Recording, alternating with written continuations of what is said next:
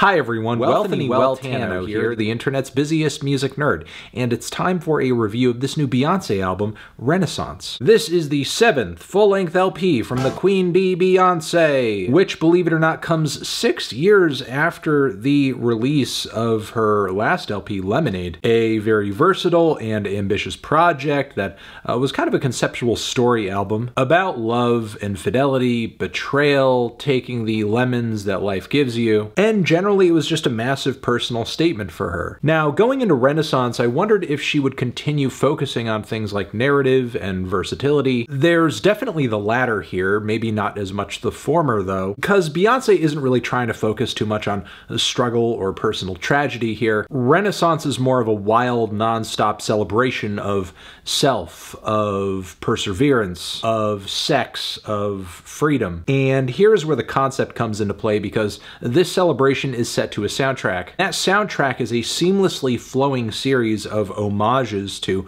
multiple shades of dance music, both old and new, which I kind of assumed after hearing the Break My Soul single a while back, but I had no idea how deep these dance roots would run on this project. From house to techno to electro, disco, various shades of hip-hop, Afrobeats too. And Renaissance isn't just a surface level swipe at these styles of music either. The production across these tracks is tight, it's vibrant, it's detailed, it feels so deeply in touch with these styles of music that they are paying tribute to. In fact, there are various nods and references to certain artists and styles across this LP, be it in some of the sample material, features like Grace Jones in the mix, moments like the classic bouncy synth patches all over Break My Soul, or even the closer, which is a hard-hitting and creative rendition of Donna Summer's I Feel Love. Oh, and what a flow across this track list too. The way the tracks on this LP flow together and run together only adds to this project's adoration of dance music and great attention to detail. That being said though, I'm not so crazy about the intro track, I'm That Girl. It is such a slow and disjointed start to this LP. Its various sections and spaced out beat passages could have easily been condensed in some way, but I do think Beyoncé does a killer job of painting a picture of this record's general attitude in the lyrics here. In this one track, we get a sense of this record's romance, of its confidence, of its extravagance, her not needing drugs to get on some freak shit, being viewed as un-American, and all of these feelings are drilled into more deeply on subsequent tracks. It's just that on this particular song, it doesn't really seem to know where it wants to go for the 3 minutes it lasts. But once this record gets going, it is going, with the song Cozy, which in my opinion is a hard-hitting perseverance anthem. With a strong beat and bass line, the funk is turned up to 10 right out of the gate. As far as the lyrical content goes, yes, it is no surprise that Beyoncé loves herself. She has stated as much on previous tracks. I think Beyoncé's confidence level is something that fans know very well at this point. But obviously Beyoncé is stating things as boldly as she is on this track and others as a means to kind of invite the audience in on this energy. Join with me, project yourselves onto this energy, embody it. And with how brightly she's radiating this vibe off this record, it's hard not to kind of get lost in it. It's infectious. From there we move into Alien Superstar, which I love the vintage electro synths and DJ troubleshooting announcement on the front end of this thing. The skeletal, strange, and groovy verses contrast really nicely with the lush hooks, topped with some eerie space-age synths. The sentiment of the track is sweet too, really about kind of embracing what makes you uniquely you. Then Cuff It is pure disco nostalgia with one of the better choruses on the LP too. Not surprised to see Nile Rodgers in the mix on this one, especially since his guitar playing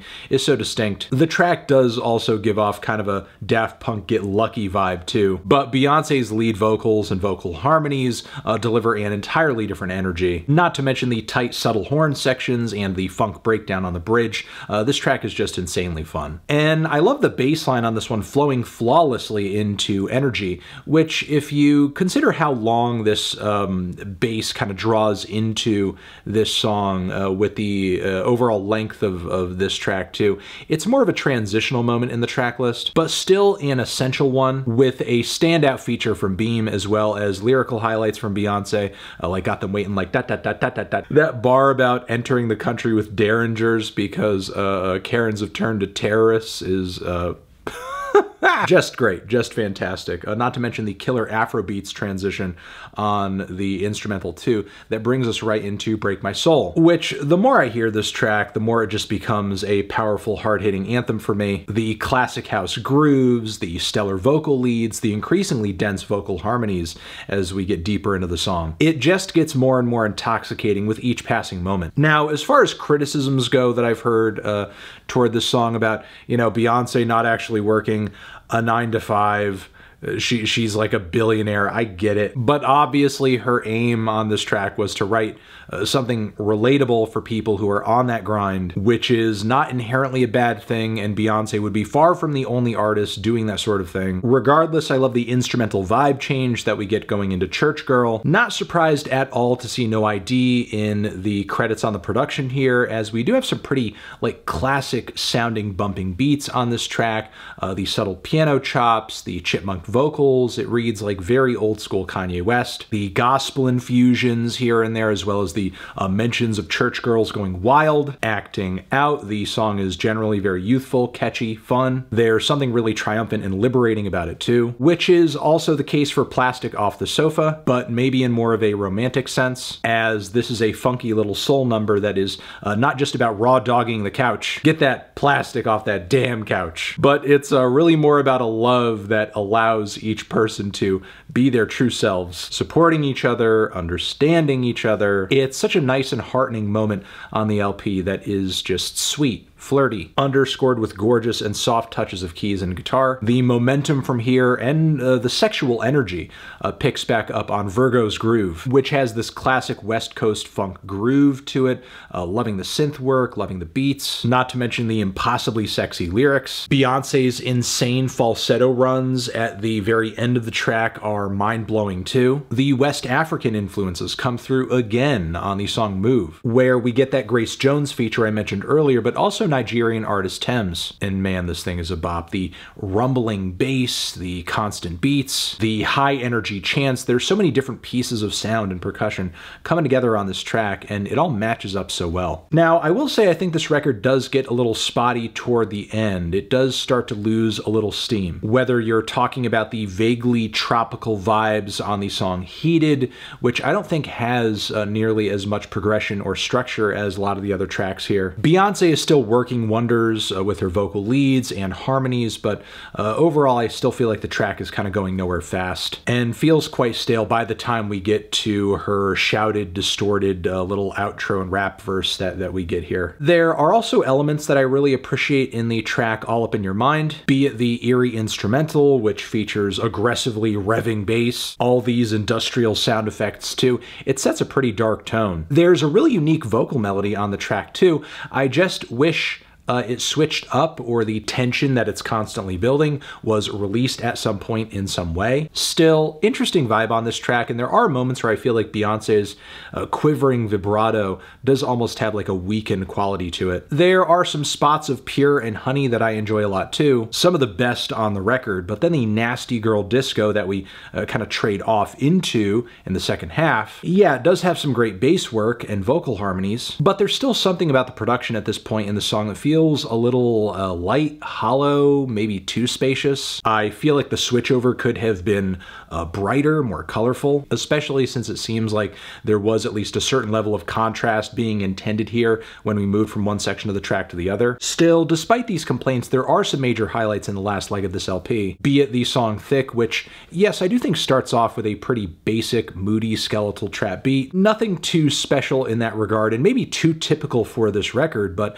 I love the transition we make into a really sharp piece of hip house almost immediately after. Plus, as far as the lyrical side of this track goes, I'm usually pretty much down for, you know, an ode to thickness. America Has a Problem features a lot of great throwback old school electro beats. Lyrically, however, it's not the radical statement that one would expect it to be given the title. Still, there is what sounds like some great synth work from Mike Dean in the mix too. Really adds to the vintage vibes. And I think this track is also a fantastic show of Beyonce's versatility, because there's so many different vocal parts she's performing, but her range is so great, from the rapping to the cold spoken word refrains of no, to the singing, obviously, that she just kind of takes on all these various parts, but it doesn't sound redundant. It doesn't sound like she's just doing too much. Like, each part has its own flavor, its own vibe, its own personality, its own purpose. She's just doing it all and sounding fantastic in the process. And then there is the Donna Summer revision that I mentioned earlier, Summer Renaissance,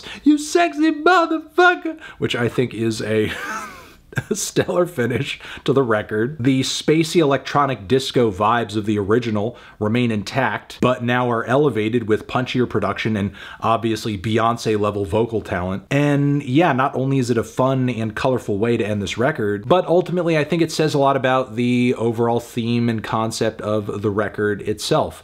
Summer obviously being a reference to Donna Summer. I think kind of pinning her here at this point on the record in this way almost portrays her as like a blueprint for this thing creatively. Then obviously that whole Renaissance thing going on in the title, which could mean obviously a renaissance for dance music on the whole, which I think this record is certainly trying to attempt. A renaissance creatively for Beyonce, which I think this album at the very least is that. And yeah, overall I think this is a really great project from Beyonce.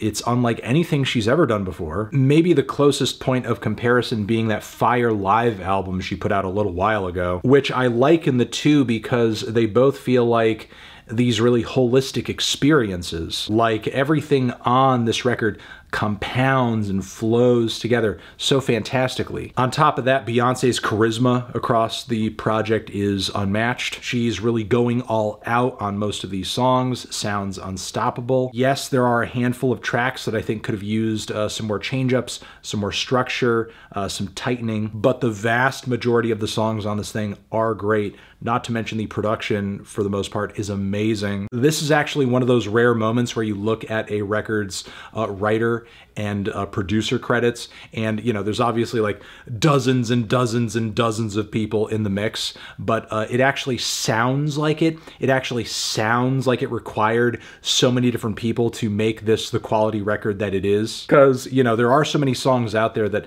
have like 30 people on them and it sounds like trash, and you wonder why so many people are on the damn song. Yeah, not the case here. Like, it sounds like a massive collective effort went into making this LP the dance music experience, the dance music homage that it is. Renaissance, in my opinion, is easily on par with Lemonade, which up until this point was my favorite Beyonce album, and I could see down the road me enjoying this album even more. And all I can do is hope that this liberating and creative energy that Beyonce has been embracing as of late in her recent material continues onto yet another project, yet another album. I'm feeling a decent 2 strong 8 on this one. Transition, have you given this album a listen? Did you love it? Did you hate it? What would you rate it? You're the best, you're the best. What should I review next? Hit the like if you like. Please subscribe, and please don't cry. Hit the bell as well.